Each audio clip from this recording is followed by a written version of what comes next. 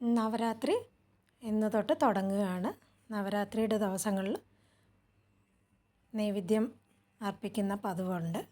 വീട്ടിൽ ഗുലു വയ്ക്കുന്ന പതിവില്ലാത്തതുകൊണ്ട് ഞാനും അതുപോലെ തന്നെ നൈവേദ്യം മാത്രം നേദിച്ച് ആളുകൾക്ക് വെത്തലപാക്ക് കൊടുക്കാറുണ്ട്. അപ്പോൾ ഇന്നത്തെ നൈവേദ്യം എന്തൊക്കെയാണെന്ന് നോക്കാം. ആദ്യം വെൺപൊങ്കലും പിന്നെ ചെറുപയർ വെച്ചിട്ടുള്ള 2 വിഭവങ്ങളുമാണ് നൈവേദ്യം വെച്ചത്. വെൺപൊങ്കലിന് 1 ഗ്ലാസ് പച്ചരിയും 1/2 ഗ്ലാസ് ചെറുതായിട്ട് വറുത്ത ചെറുപയർ പരിപ്പുമാണ് എടുത്തിരിക്കുന്നത്. അതിലേക്ക് 3.5 ഗ്ലാസ് വെള്ളം ഒഴിച്ച് വേണം വേവിക്കാനായിട്ട്. നന്നായിട്ട് കഴുകിയതിന് ശേഷമാണ് വെള്ളം ഒഴിച്ച് കുക്കറിൽ വെച്ചാണ് വേവിക്കുന്നത്. ഒരു 1/4 ടീസ്പൂൺ മഞ്ഞൾപ്പൊടിയും 2 പച്ചമുളകും 1/4 ടീസ്പൂൺ കായപ്പൊടിയും കൂടെ ചേർത്ത് നന്നായിട്ട് ഇളക്കി, അത് എളുപ്പം കുക്കറിൽ വയ്ക്കുന്ന രീതിയാണ് ചെയ്യുന്നത്. കുക്കറിൽ ശകലം വെള്ളം ഒഴിച്ച് ഈ പാത്രം വെച്ച് അടച്ചു വെച്ച് വേവുന്നത് വരെ 4-5 വിസിൽ വേവിച്ചെടുക്കുക. എന്നിട്ട് ചീനച്ചട്ടിയിൽ വെളിച്ചെണ്ണയാണ് കൂടുതൽ എടുത്തിരിക്കുന്നത്. മൊത്തം നെയ്യിൽ എടുക്കണമെന്നുള്ളവർക്ക് നെയ്യ് മുഴുവനായിട്ടും എടുക്കാം. അതിലേക്ക് കുരുമുളകും അണ്ടിപ്പരിപ്പും ഇട്ട് ഒന്ന് മൂപ്പിക്കുക.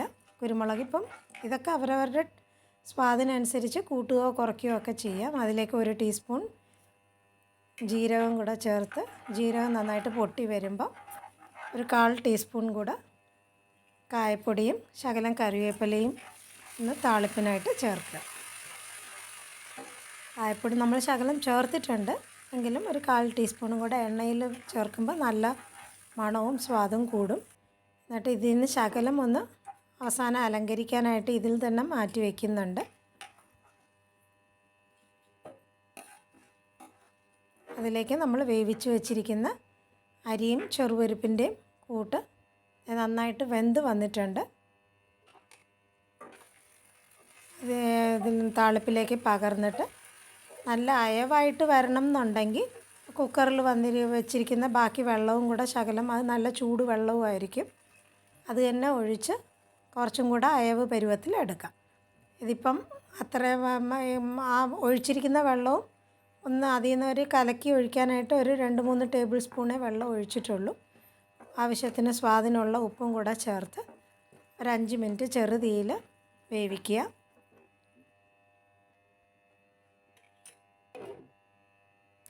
മസാലയൊക്കെ നന്നായിട്ട് ഇതുപോലെ പാകത്തിന് കുറച്ചും കൂടെ അയവ് വേണമെന്നുണ്ടെങ്കിൽ അതാ ഞാൻ പറഞ്ഞ ആ ചൂടുവെള്ളം കുറച്ചും കൂടെ ഒഴിക്കുക.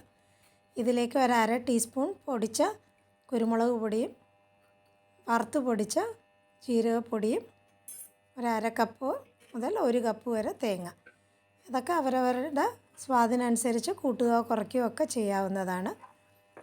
നന്നായിട്ട് യോജിപ്പിച്ചതിന് ശേഷം നമുക്കിത് വിളമ്പാവുന്നതാണ്. വെൺപൊങ്കൽ എളുപ്പം കുക്കറിൽ വയ്ക്കുന്ന രീതിയാണ് കാണിച്ചത്. ചൂടോടെ ഇപ്പം നൈവേദ്യത്തിനായതുകൊണ്ട് പാത്രത്തിലേക്ക് പകർന്ന് നൈവേദ്യത്തിന് അർപ്പിക്കുന്നു.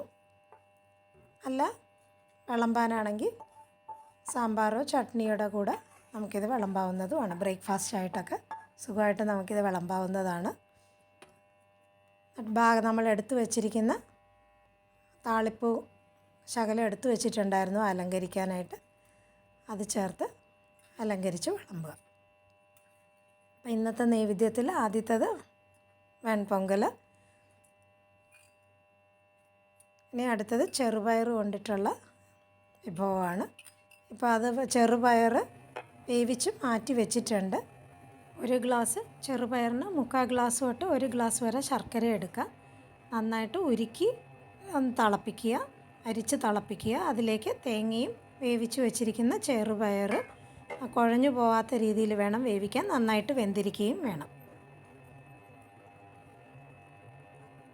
വെള്ളം നന്നായിട്ട് ഇതുപോലെ വറ്റി വരുന്ന സമയത്ത് 1/2 ടീസ്പൂൺ പൊടിച്ച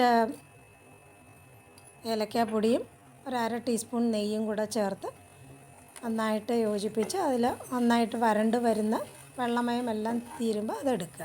ഇനി എരിവിനായിട്ട് ചേർക്കാനായിട്ട് വെളിച്ചെണ്ണയിൽ കടുകും ചുവന്ന മുളകും കരിവേപ്പിലയും ഒരു 1/4 ടീസ്പൂൺ കായപ്പൊടിയും ആവശ്യത്തിനുള്ള എരിവിനാവശ്യമുള്ള പച്ചമുളകും കൂടെ ചേർത്ത് നന്നായിട്ട് മൂപ്പിക്കുക.